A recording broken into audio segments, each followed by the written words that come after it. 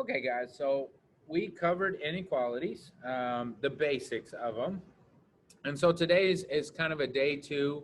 We're going to ramp it up a little bit with some more difficult problems, just reminding ourselves of some of the rules and then just building upon what we already know. So, um, yeah, here we go, day two. All right, so to start out day two, as silly as it may sound, let's go ahead and add our guys again. Remember, these are the inequality guys.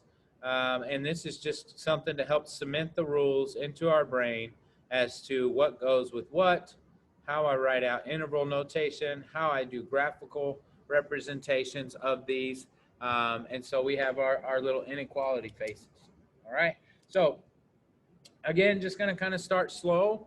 A couple of examples, talk through them, make it a little more difficult, and then tomorrow we'll expand on inequalities a little bit more and make it a little bit more complicated.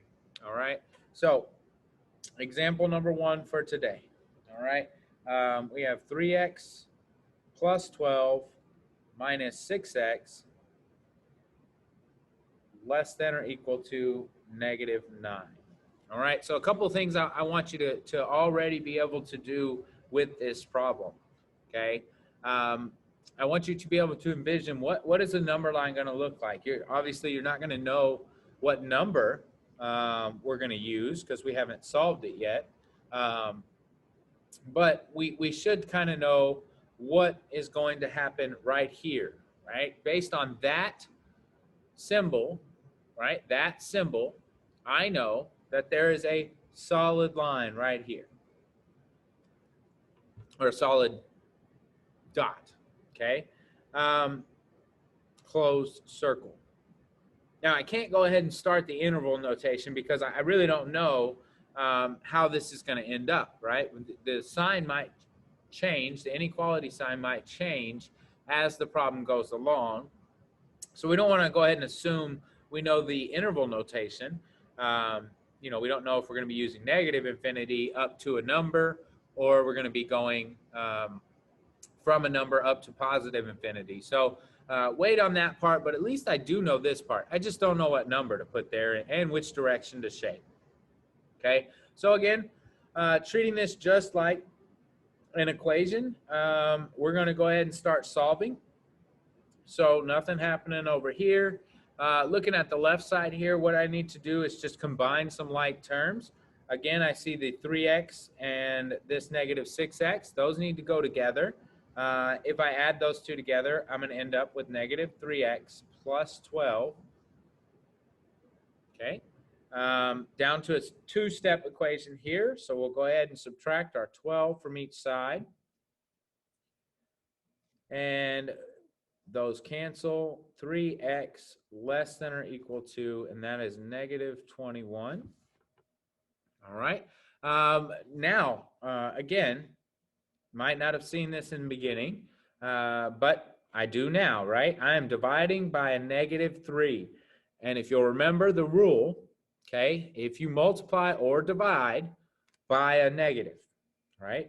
So in this case, I am dividing by negative 3. Negative 3 is doing the work, so x is greater than, notice it flipped over, and that number is 7, okay? So we have a negative divided by a negative, all right? So I know the number is now 7. I'm talking about a greater, so all of my solutions are greater than or equal to 7, all right? So that means I'm going to be shading up here, okay? So interval notation. Since it is a closed circle, remember it's going to be able to actually hit on the number 7. So I see that kind of like a wall. So we got that bracket. You got 7 up to infinity. With infinity, we're always going to use the parentheses. Okay?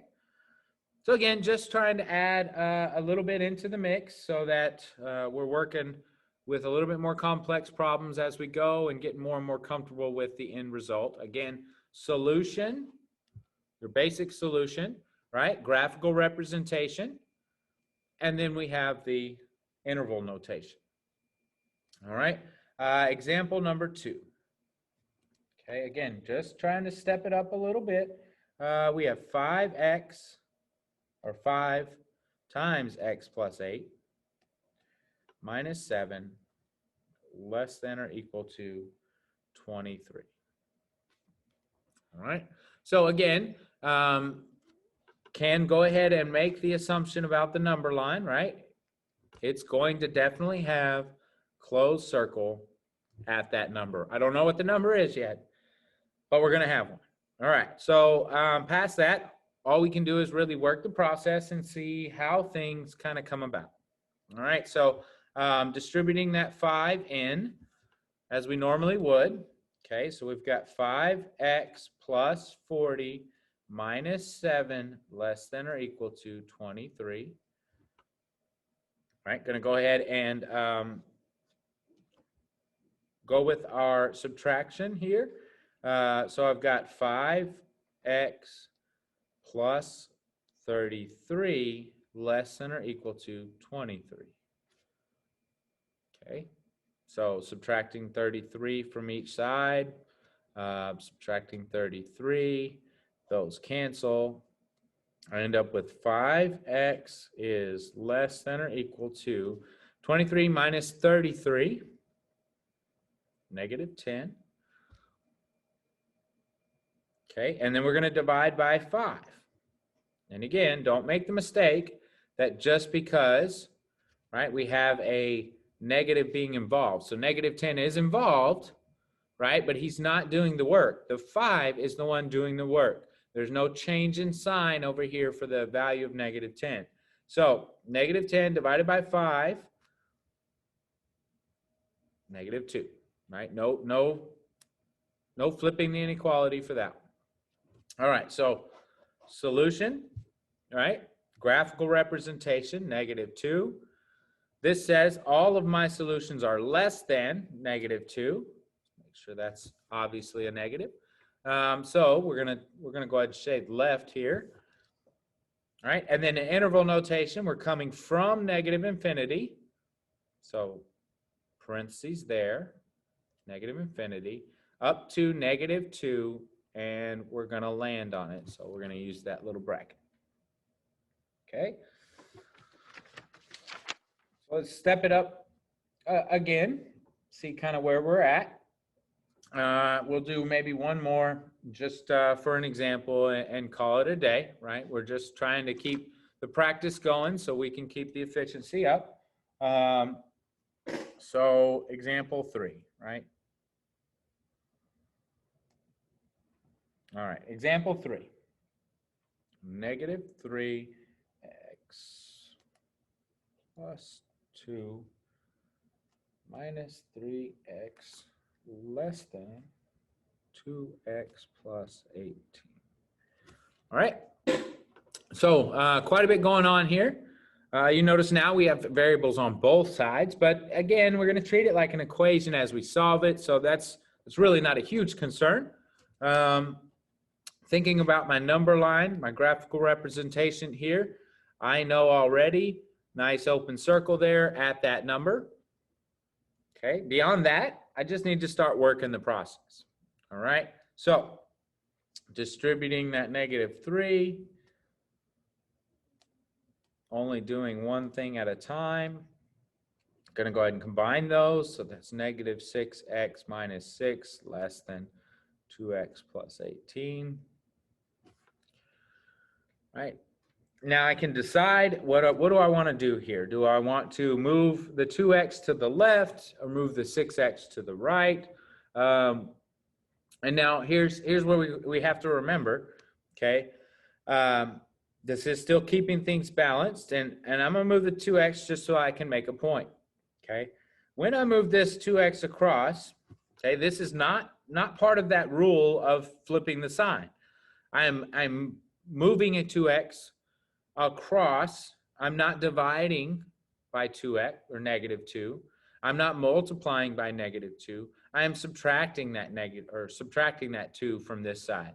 Okay, so we're not flipping the sign in this step, right? We're just moving it across. That doesn't count. So negative 8x minus 6. All right, so plus 6, so negative 8x less than 24. Okay. And we're going to divide by -8 on both sides. And I just said it, right? I am dividing by -8. So what's going to happen? My sign's going to flip. 24 divided by -8 is a -3, right? Solution.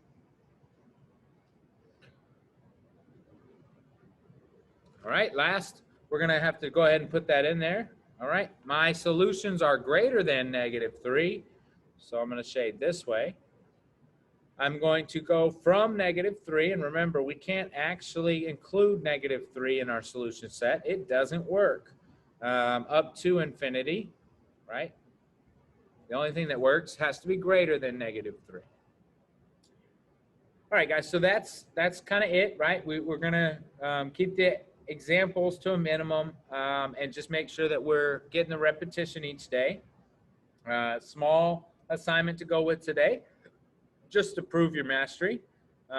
Any questions, concerns, message me, let me know, and we'll get after it tomorrow with some more complex problems. Thanks, guys.